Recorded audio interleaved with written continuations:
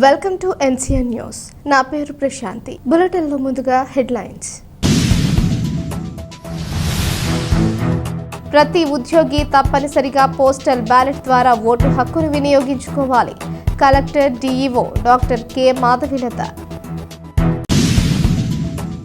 సార్వత్రిక ఎన్నికల్లో విధులు నిర్వహించే ఉద్యోగులు తప్పనిసరిగా పోస్టల్ బ్యాలెట్ విధానం ద్వారా తమ ఓటు హక్కును వినియోగించుకోవాలని కలెక్టర్, జిల్లా ఎన్నికల అధికారి కె మాధవిలత అన్నారు. స్థానిక జిల్లా కలెక్టర్ కార్యాలయ సమావేశ మందిరంలో ఉద్యోగ సంఘాల ప్రతినిధులతో collector DEO Madhavilatha, joint collector Tej Bharat, DRO నరసింహులతో కలిసి సమీక్షించారు. ఈ సందర్భంగా మాధవిలత మాట్లాడుతూ ఎన్నికల విధుల్లో ఉన్న ఉద్యోగులకు పోస్టల్ బ్యాలెట్ వినియోగాన్ని ఎన్నికల సంఘం సరళతరం చేసిందని, ఉద్యోగి ఏ జిల్లాలో ఏ నియోజకవర్గంలో ఓటరుగా నమోదైనా తాను విధులు నిర్వర్తిస్తున్న ప్రాంతంలోనే ఫెసిలిటేషన్ సెంటర్లో తమ ఓటు హక్కును వినియోగించుకోవచ్చని స్పష్టం చేశారు.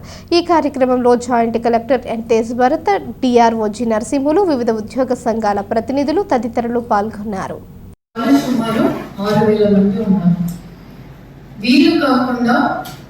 మనకి కలెక్టరేట్ లో కానీ లేదా 7 నియోజకవర్గాల్లో ఆర్ఓ ఆఫీసెస్ లో కానీ చూస్తే అక్కడ కూడా సుమారు 2000 మంది పైన మనకి పనిచేస్తూ ఉన్నారు. వీరు కాకుండా మనకి రైల్వేస్ కానీ, తర్వాత పోస్టల్ డిపార్ట్మెంట్ లో కానీ, ఎయిర్ ఫోర్స్ లో కానీ, ఇలా కొన్ని అత్యవసర సర్వీసెస్ కూడా ఉన్నాయి.